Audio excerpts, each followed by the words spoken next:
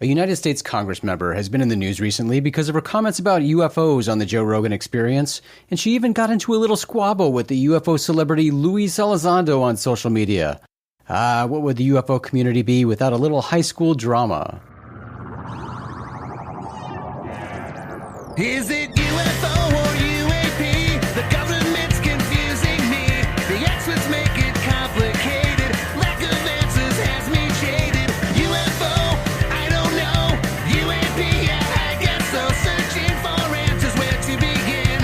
Round and round in circles again. Thunderstruck by mass confusion. Is it fact or fiction? Convolution. UFO, UAP, which is right idiomatically. Just my luck now, I'm stuck. Scratch my head and say, yeah, what the fuck?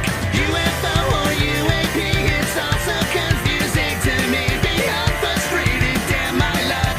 Pondering insane thoughts, what the fuck? Hello, citizens, and welcome to UFO UAP WTF. I'm your host, Jason McClellan, and together we'll be exploring the fascinating, enigmatic, and frustrating subject of UFOs. It's been a while since our last episode.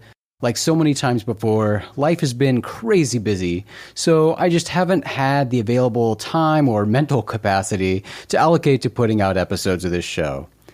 I love working at NASA, but as you may be aware, it's a pretty wild time for anything government-related in the United States right now, and there's lots of change happening at NASA specifically. So because of that, my time and my mental headspace has been occupied elsewhere. But I'm here today, so let's do this.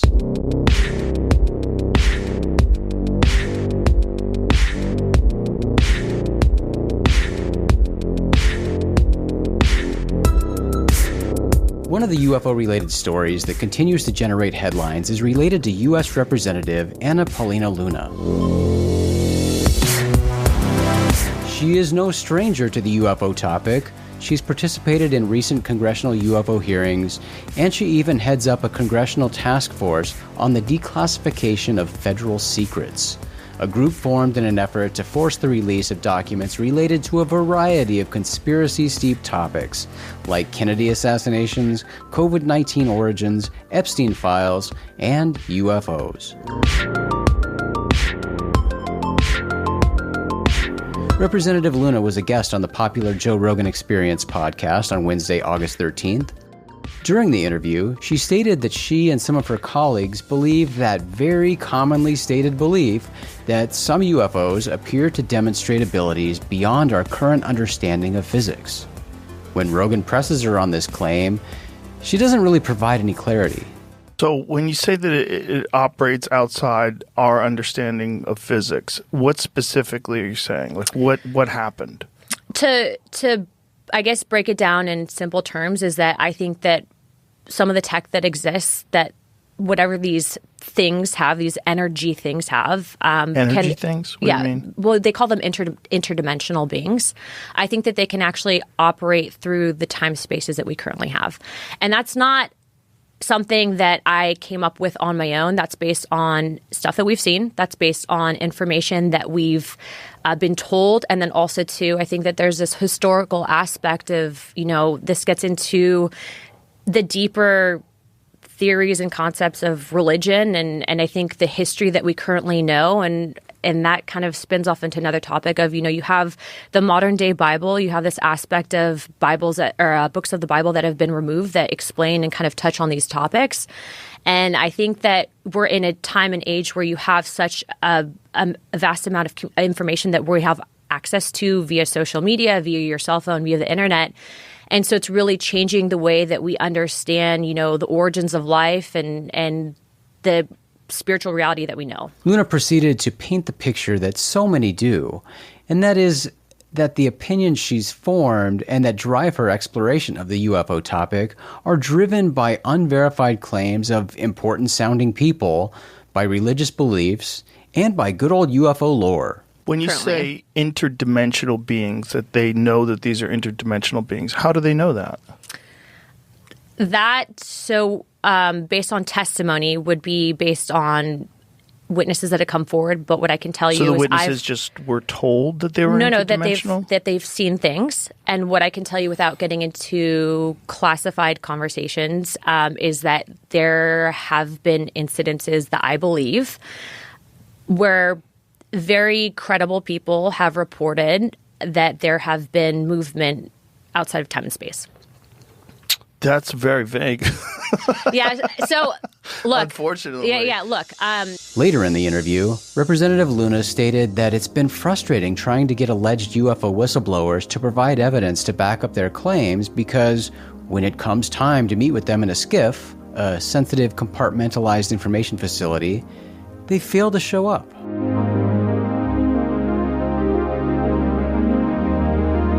Although he wasn't called out by name, former DoD official and UFO personality Luis Elizondo was triggered by Luna's comments, and he posted on X, quote, "After several visits to D.C. at the request of members of Congress at my own expense, we were given cancellations at the last minute. After coming back home, I made it clear the last time that I had a pre-existing commitment. I was given 3 days' notice and no guarantees, while having committed to speak in Oregon, publicly available. Luna knows the truth, and we have the emails to prove it. I will chalk this up to her not being informed by her staff and an innocent mistake. I hope. Otherwise, let this be a lesson to future whistleblowers who want congressional protections. This is all about media attention and less about the truth. I hope this is not the case." End quote. Well, Representative Luna replied to Elizondo's post, stating, quote, "A strange and frankly bizarre post from someone I didn't even name. Luis Elizondo, you have my number, yet you went on X instead of contacting me directly? We'd been coordinating with the same organization you were part of, only to learn after the UAPDF roundtable that you had left. Correct me if I'm wrong. Regardless, you could have still come to the SCIF at any time. As I told you, we'd work around your schedule. Let this be a lesson for all UAP whistleblowers. We have an open SCIF policy. If you have information to share, we will gladly host you." How Lou handled this wasn't just immature, it was odd, especially since I never even mentioned him by name.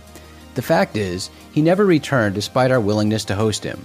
And yes, I'll still extend the invitation now.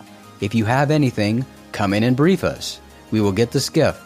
It is 100% on you." End quote. Then, Representative Eric Burleson chimed in an attempt to resolve the squabble, stating, quote, "You are both patriots who are passionate about serving our country.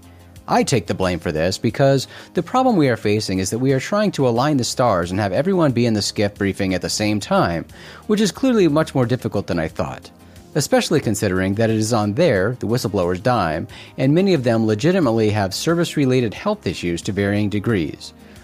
Lou Elizondo, that being said, if you wish to come in and do the briefing in the SCIF, we can work around your schedule. I am happy to talk offline about how we can make it work, and further how we can make the experience for whistleblowers not as much of a sacrifice as it has been." End quote. Pretty crazy, right? So much drama. But sadly, I think we've all become desensitized to stuff like this because it happens all the time. The people who are the loudest voices and beating the disclosure drum the loudest are almost always the ones with convenient excuses that prevent them from doing what they built their hungry and desperate audience up to believe is the single most important thing in their lives and the most important thing in the history of humanity. If you're new to UFO research, get used to this. A prominent element of UFO research, unfortunately, is frustration. Getting back to the interview with Representative Luna, I'll be honest. I'm not a big fan of Joe Rogan's podcast, but I do have to give Joe credit as an interviewer. He asks good questions, and he presses people when they throw out random statements without establishing the evidence to back up the claims. I was on Joe's TV show on Sci-Fi years ago, and even then, I was impressed by his level of curiosity that is well balanced by his better-than-average bullshit meter. I'll make sure to include the link to the full interview in this episode's description, so you can check that out if you're interested. In other news, Need to Know, a UFO podcast hosted by my pal Bryce Zabel, recently announced a bit of a shakeup. Bryce has been hosting the show with Australian journalist Ross Coulthart. But in early August, Bryce announced that the show would be getting a new co-host. And on August 10th, another one of my longtime UFO research colleagues, UFO historian Richard Dolan, was announced as the new co-host of Need to Know. It's not clear why the switch occurred, but Bryce posted this message on the X social media platform, quote, "Ross Coulthard and I are still friends for sure. I absolutely wish Ross the best at News Nation and his Reality Check podcast. At the same time, when it comes to Need to Know, I follow this motto, the show must go on," end quote. Bryce and Rich make a good duo. They wrote a UFO book together back in 2012, and they've been colleagues for so many years at this point. And I certainly haven't hid the fact that I have issues with Ross Coulthard. Since he emerged on the UFO media scene a couple years ago, I've criticized his hype man style approach to UFO reporting and his complete lack of responsible, unbiased journalistic reporting when it comes to this subject. His reporting is frequently problematic, error-ridden, and fueled by speculation, with the focus and priority on generating hype rather than accurately reporting or getting at the truth. So this is a great move for Need to Know, and I wish Bryce and Rich the best as they move forward together. In other podcast-related news, my good friend Ryan Sprague recently announced that his podcast, Somewhere in the Skies, will be joining the Spectre Vision podcast network. This is a relatively new company operated by actor Elijah Wood, writer-producer Daniel Noah, and producer Lawrence Ingley. Big congrats to Ryan on the move, and if you haven't checked out his show before, be sure to give Somewhere in the Skies a listen.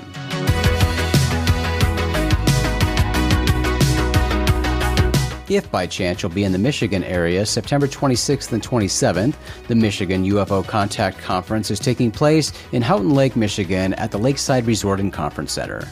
This is a conference that has been running since 2018, and my buddy Peter Robbins is one of the speakers this year, so if you're in the area, check that out. All the info is at miufocon.com.